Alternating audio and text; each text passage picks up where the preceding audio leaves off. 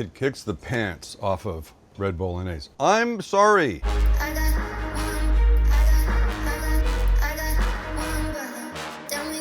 Without sounding racist, we're making one of the greatest pasta sauces ever, a white bolognese.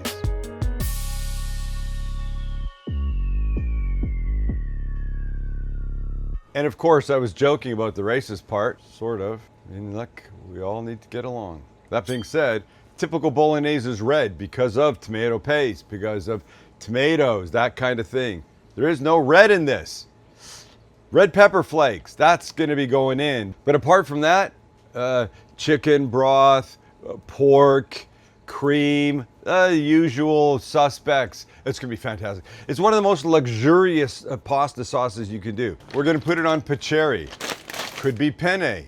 Could it be elbow noodles, Max? Yes. No! Yes. So making an amazing, elegant, beautifully smooth, perfect sauce. Yes, it could be. It could be. Whatever we wanted. It could. You can't. You have to listen to me. Don't listen to him. Yes, you could put it on elbow noodles, but get something better. All right. There is nothing complicated. There's just a little bit of work. So let's start so we can eat, and then you'll see how easy it is, and you're gonna want to make it at home because it's great. Here's how we start. Butter, a couple tablespoons of olive oil, and as that melts, come on, you melt. Our next most important ingredient in will be pancetta, which is Italian cured pork belly. Sort of like bacon's unsmoked cousin. This is going to give us a beautiful undernote of porkiness. It's all smoked. All right, this just needs to cook, 3-4 minutes till the fat is rendered and it starts to crisp a little bit. In the meantime, we got to prep some vegetables. So here's what we've got. We've got carrot, we've got celery, we've got onion. I could cut these up fine by hand, but I do find the processor does a really nice job of it. It gets them super fine. So we'll throw the hardest thing in first, and that will be the carrot. Give that a quick whiz or buzz. Nice. Next in, celery. Recipe below. Same. And finally, the softest of the three, some onion. And now we process everything until super fine, and we're done. Back to the pancetta. Okay, this is where I want it, but I don't want all this grease. So let's push it away. I'll try and take some out like this. I'm gonna leave a little in. Okay, great. Now let's put the vegetables in. In they go. Say what you want about the processor. Chopping them up super fine like this will just help make the whole thing much more smooth and elegant. Okay, these were cooking 3-4 minutes. You get to play with it like it's a Japanese Zen garden and make those little designs, except this isn't a rake, it's a spatula. But a bamboo one, which feels very Zen and Japanese to me. All right, next in, look at my beautiful work here. Next in, red pepper flakes, about a teaspoon. Did I say this was spicy white bolognese? And I thought I had some proper garlic. I've squeezed garlic, it's still garlic, you know. All right, let that get fragrant. And when it does, you can mix it. We're off to a great start here. And now, remember I promised pork? There's a pound, it's about 1.25 pounds of beautiful ground pork.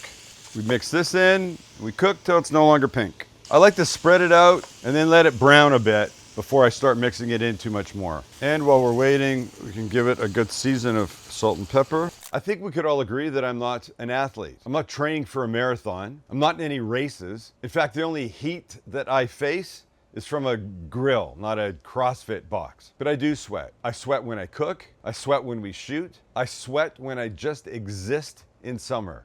And oh, summer's coming. Which is why Zach, my youngest, who's also a half Ironmaner, if that's a term, got me started using Element when I was doing my intermittent fasting. It's an electrolyte drink mix. And we all know, or should know, how important electrolytes are. But Element, no sugar.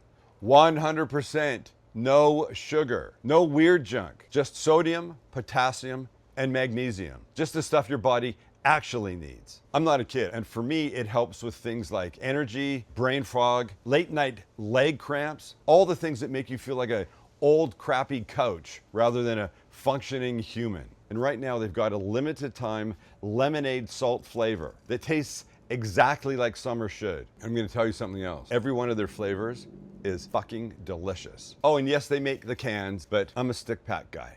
A lot easier to carry around. Go to drinkelement.com/Sam and get a free sample pack with any purchase. In here is 2 stick packs of their 4 most popular flavors. And if you hate it, they'll give you your money back.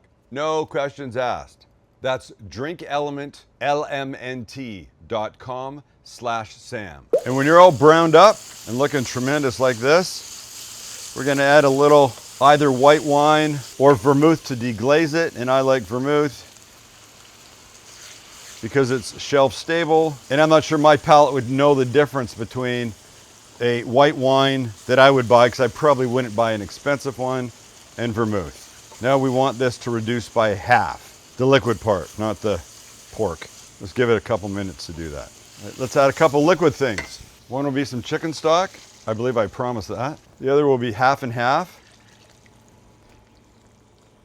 It's the component of the milk, the half and half like we're using here, that helps make this super creamy and luxurious. I know milk or cream seems like an odd thing, but oh boy, it is not. So now this just needs to simmer with the addition of one more thing, a sprig of rosemary. So get it to a little simmer like that. Keep it there, and we'll see you in about 30 minutes. Well, this is 30 minutes later, maybe 35, and it is insane. We've been tasting little bits of it and we can't stop. Right, I got beside me a pot of noodles that I'm going to steal about a cup of this pasta water in case I need it to thin things up a bit. And now I will drain the noodles. I can kill the heat on there. I'll drain the noodles into this colander in the sink. I'm using pacheri noodles. Could use anything. Let me take this away, rid of this. Put a beautiful bowl here. Add the pasta, and now this insane white bolognese like this. And we mix, we toss, we combine. Oh my gosh. We've got just two things coming, as you can imagine. Some cheese and some more pepper. And if you wanted it a little thinner, this would be the time to add the water just a bit. Careful you don't overdo it. You can always add, you can't take out. Like that, and now the cheese. And we say it often at this point, this is not the time for shit parm out of a bag. I mean, it has its place. I'm sure there's plenty of people cooking on YouTube that would say that it never has its place, but let's be real. We've all used it. Just depends where you use it. Now that, and then some pepper, and that's it. Stop the clock. That is going to be off the charts mental. Wow. Listen, you know what that's the sound of? That's the sound of deliciousness, amazingness. Now this is going to be a bite of deliciousness and amazingness. Look at that. Wow. And this bite. It's about this bite.